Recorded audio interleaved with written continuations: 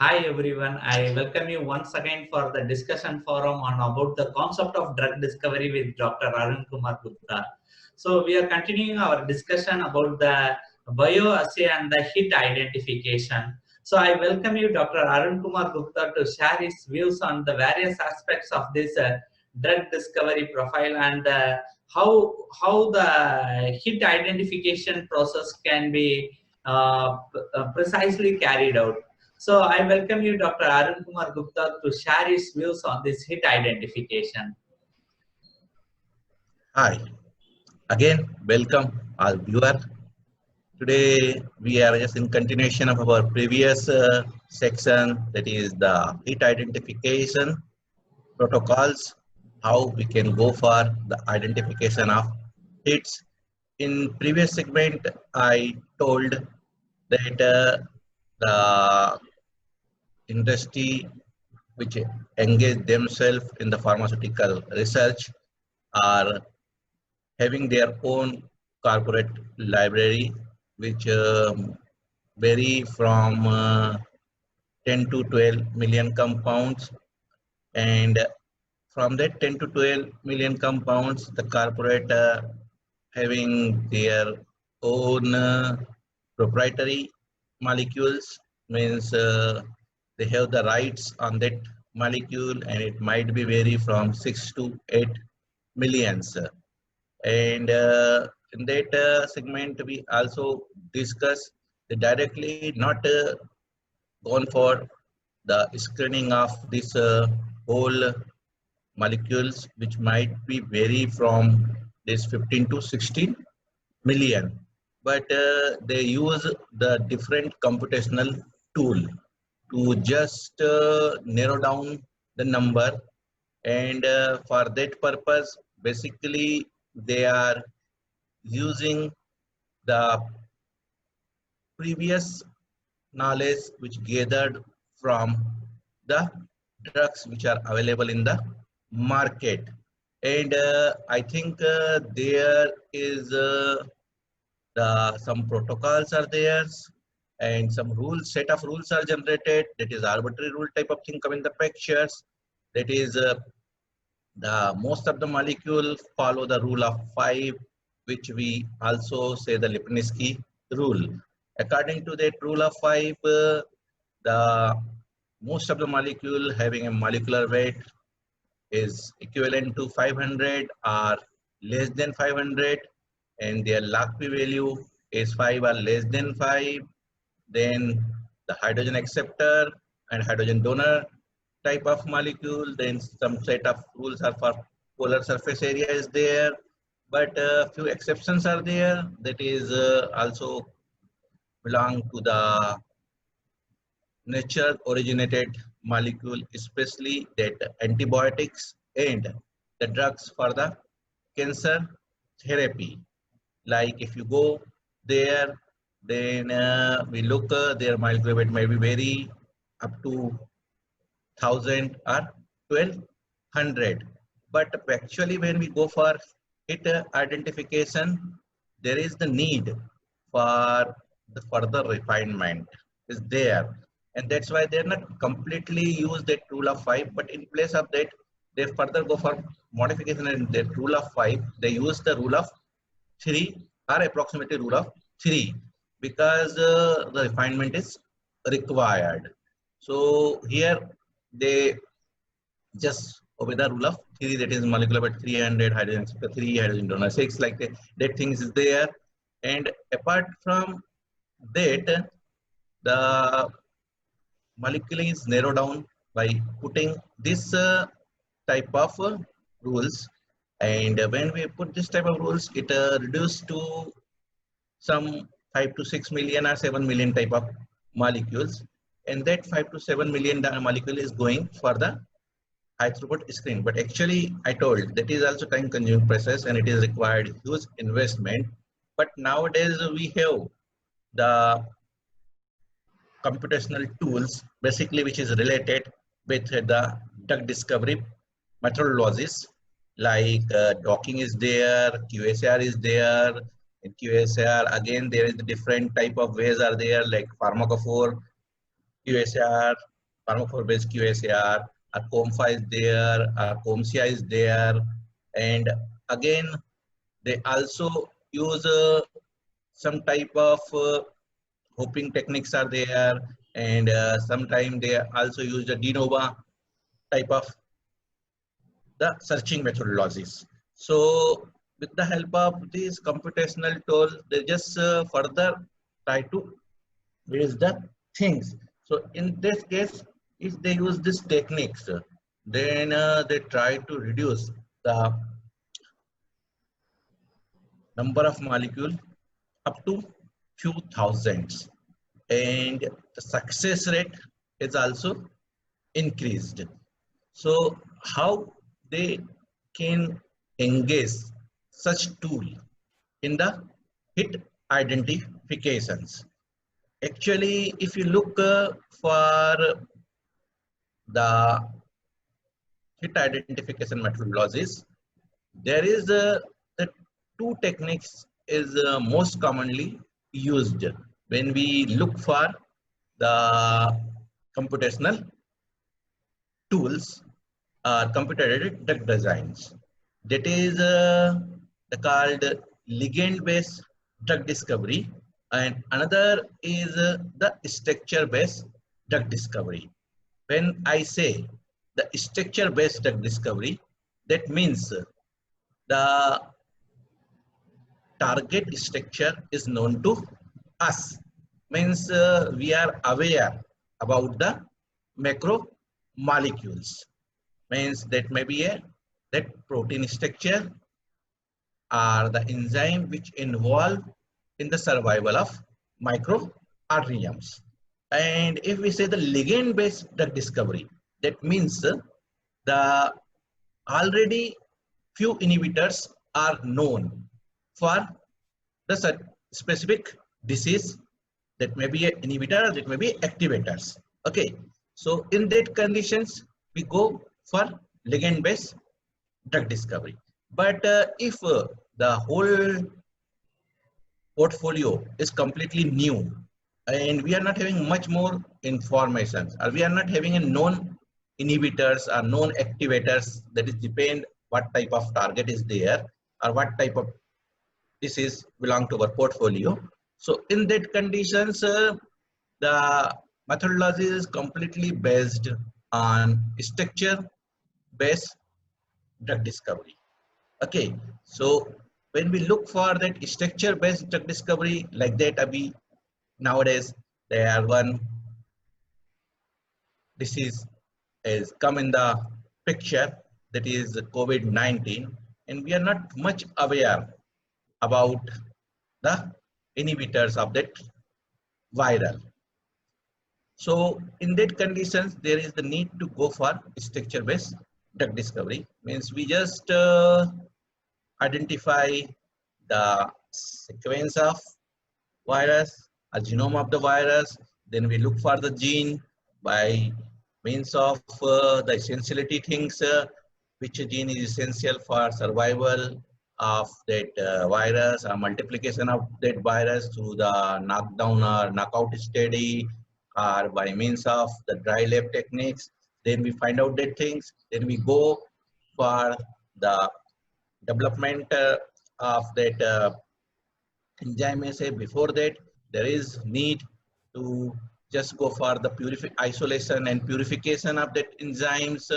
And once we just develop the assay, then the next thing is come for the development of crystal structure of that proteins in the form of their 3D one.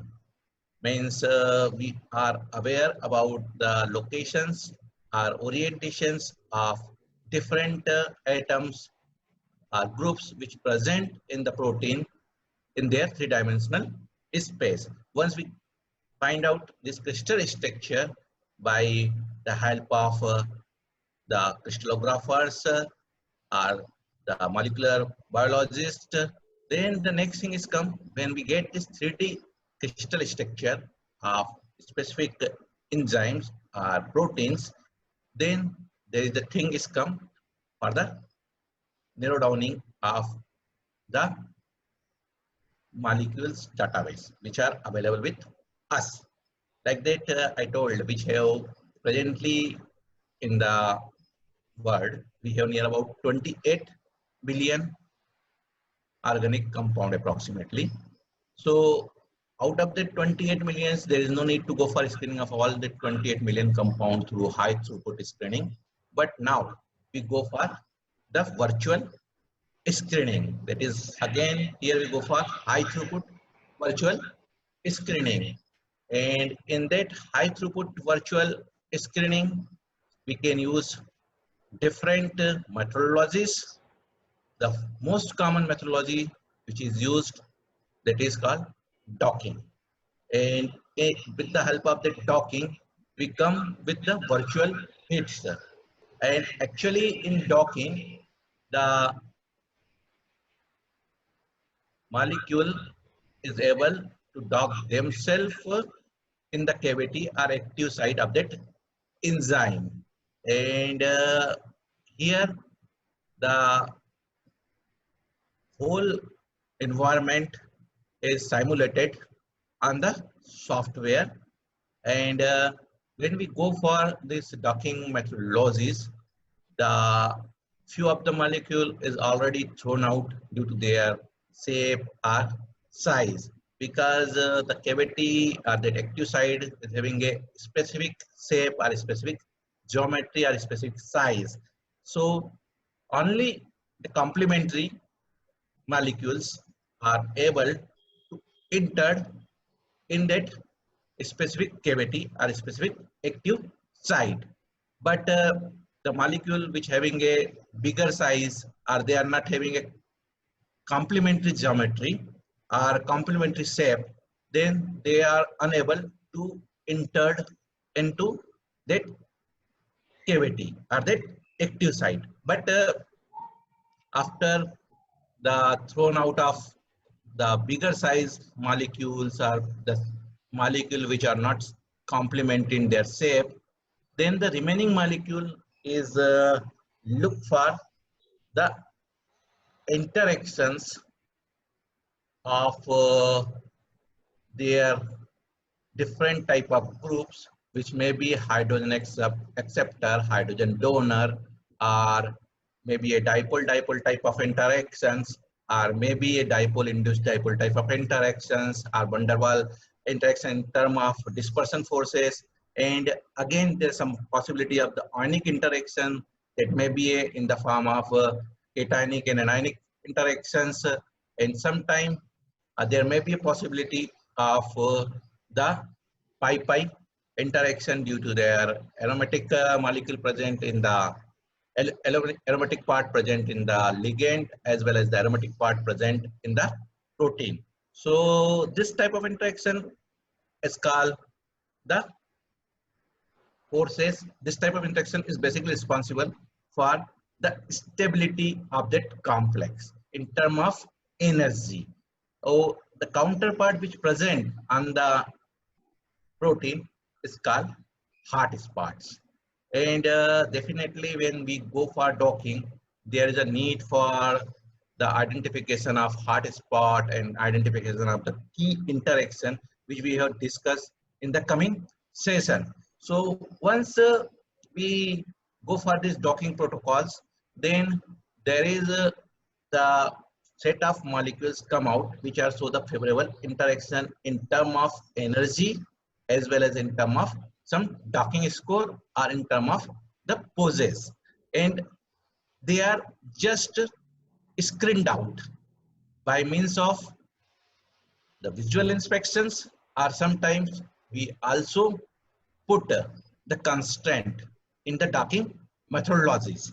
We essentially required this hydrogen bond with the specific amino acid of a specific hydroxy group of the respective amino acid. So when we put such type of constraint, it further reduce the number of compounds.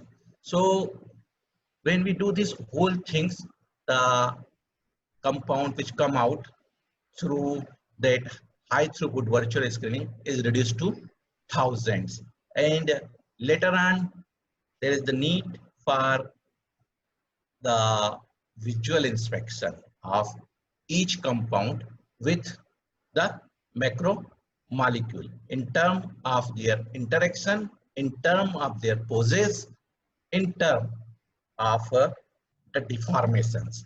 Because sometimes if the molecule is not properly dock or take the position in the cavity, then there is the possibility of deformation in the structure, or the puckering of the structure is occur. And by virtue of that puckering, they may show the interaction, but that puckering is not the key things. That puckering is not the natural one. So we just try to neglect out such type of molecule which are not look like natural interactions, and by virtue of that we come with the 2000 or 3000 molecule, and this 2000 or 3000 molecule set as this 2000 or 3000 molecule can be considered as a virtual hits, and this virtual hits is actually reconfirmed through our biochemical assay, or in the simulations they are showing such type of interaction. But basically when we go for the biochemical assay, so out of that the few compound is actually converted into a real hits and few are dropped out that. So when we go for this high throughput virtual screening, the success rate is increases by means of 10% or 11% when we use the docking methodologies. So that is depend on the expertise of individual who involved in the docking of the molecule. Apart from that, it is also depend which type of algorithm they are using for the docking, or which type of software they are using for the docking. But actually, if you look for the conventional high throughput virtual, conventional high throughput screening, in that case, the success rate is very low. It is less than 0.001%. So these computational tools are able to enhance your success rate by means of 1000-fold. Apart from that, still, if you look for screening of that, if you narrow downing the things by means of rules of 5 or that Lipinski rules or rules of 3, then it may become up to 6 million to the 8 million compounds. And if you go for this much of compound of the screening, then it required at least 6 months to 1 year time period for your biochemical screening when you are using the robotics, not the manual one, or not the human one or semi-automatic one. You are required complete automated system. In that conditions, it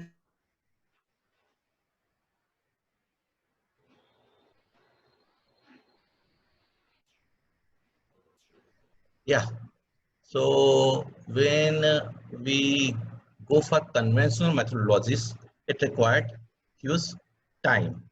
But this computational tools is able to increase our speed.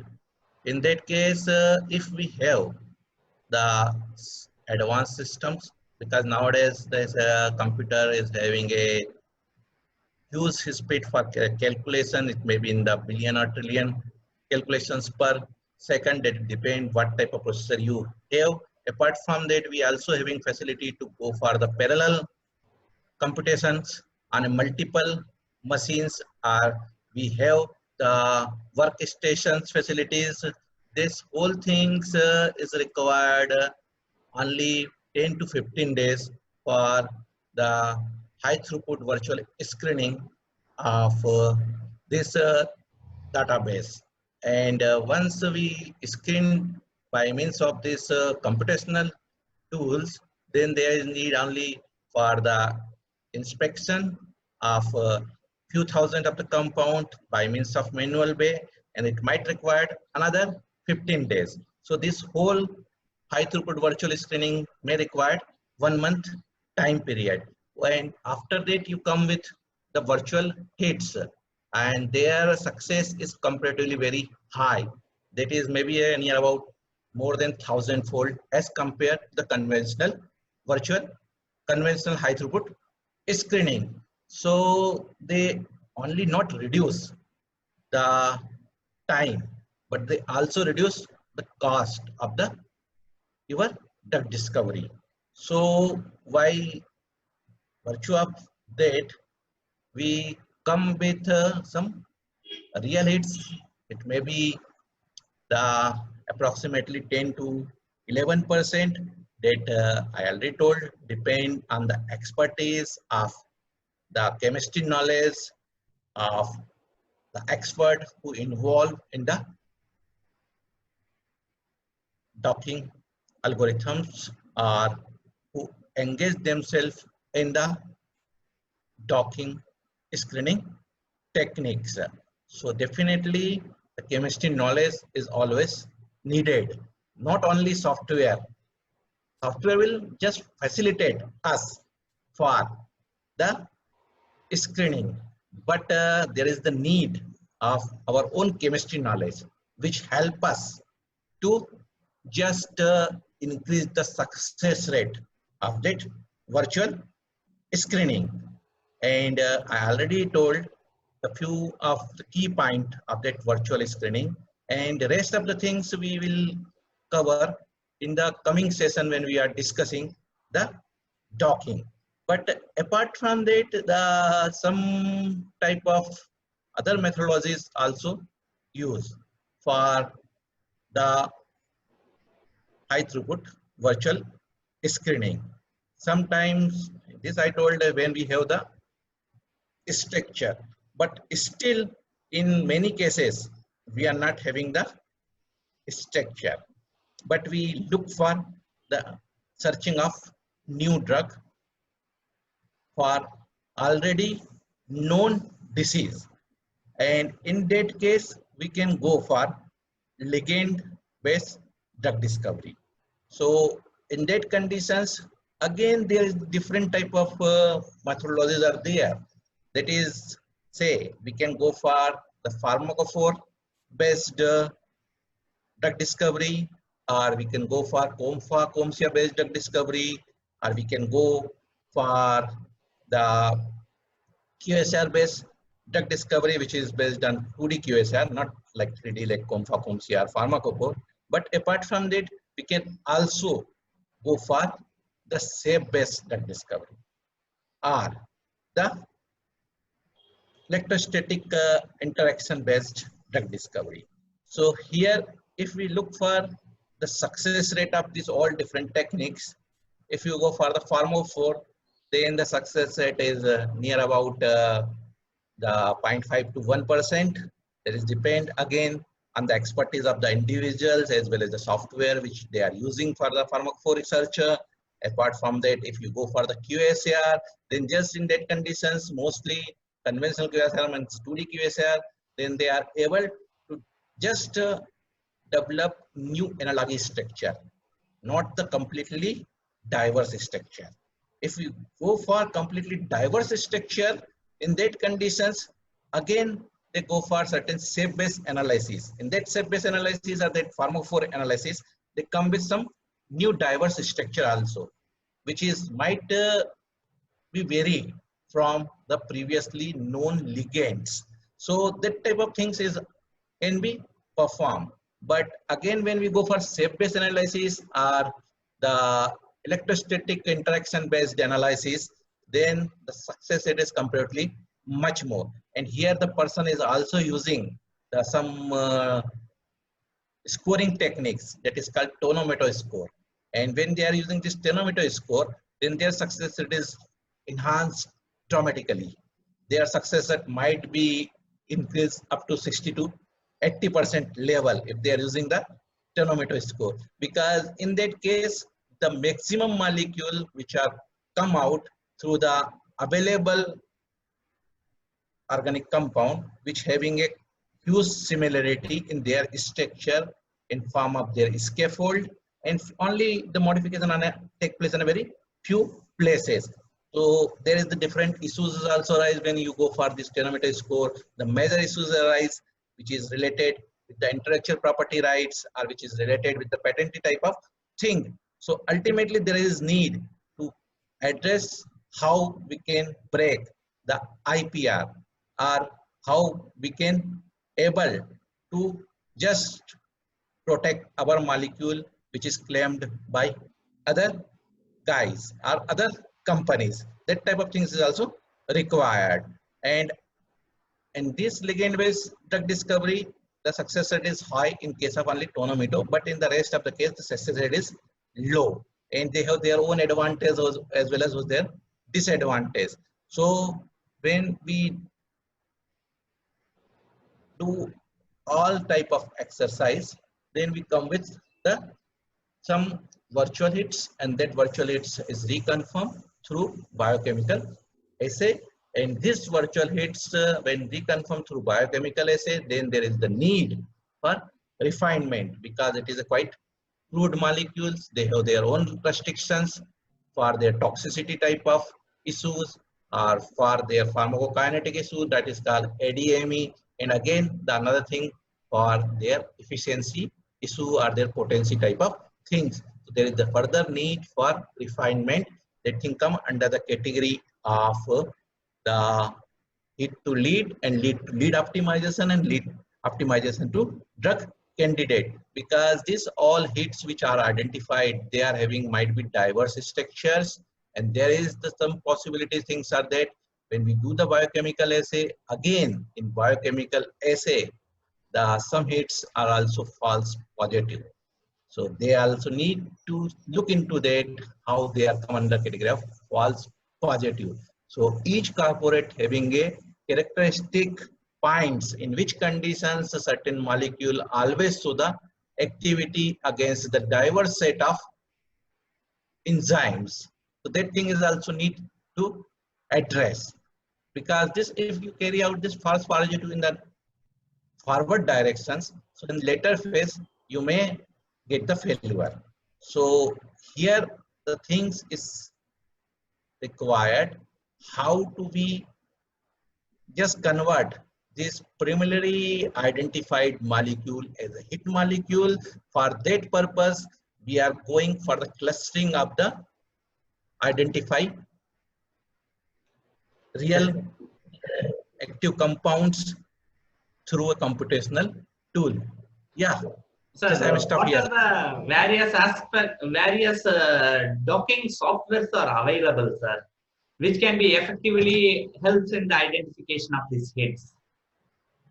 Yeah, actually, if you look for the docking software, there are many type of docking software available in the market, and in the form of a commercial one, as well as the few software available as a open source one, and few are available as a free one. As well as some are also given free to the academicians. And if you look, just I enumerate the few list of the software, like if you go for the Schrodinger suite, in that the Glide modules are there, which is help in the docking.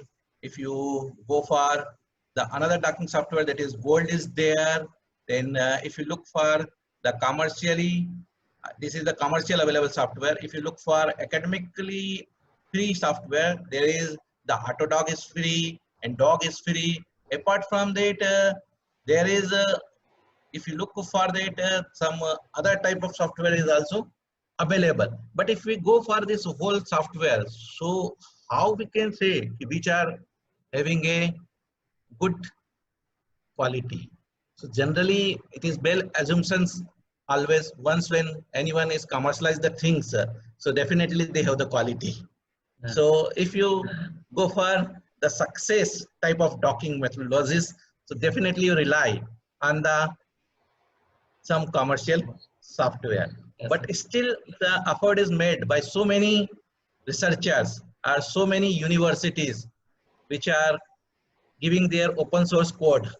Like if we say the Autodoc, it is free, but actually how we can use that, or before starting up that software, how we can validate that, or it is applicable for that specific enzyme. Means no one software is universally applicable on all the type of enzymes. Some software is specifically work on the kinase type of enzymes. Some are might be able to work on the oxidoreductase type of enzymes. Some are maybe effectively work on metalloproteins. So that is depend what type of proteins or what type of enzymes you have.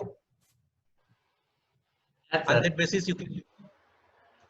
Sir, as you say that different softwares are available which suits us, we can use it. Especially while for the hit identification, we have to dock it. So during the docking study, the especially the domain which is created by the protein, that each software has an ability to virtualize the same domain structure as given through the PDB bank. Yeah, actually, the commercial software is able to give the similar type of result, but the non-commercial software might have the variations in their result. So definitely there is the need to go for individual inspections of that things. As well as I told, the each protein molecule is having some hundreds of the cavities. They are not having a single cavity or two cavities. They are having 100 of the cavities, and their sizes might be varies, which might be vary from the few cubic angstrom to the some having 100 cubic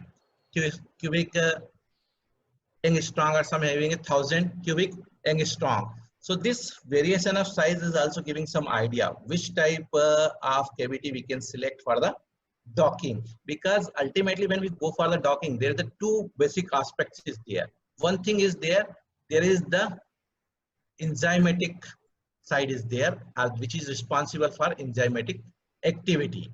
Okay, so generally there is the sometime 2 or 3 amino acids are actively participate in the enzymatic actions, and that space or that substrate area is might be smaller one. So in that condition, we can't directly attack on that specific area, or that we can't attack on the active site.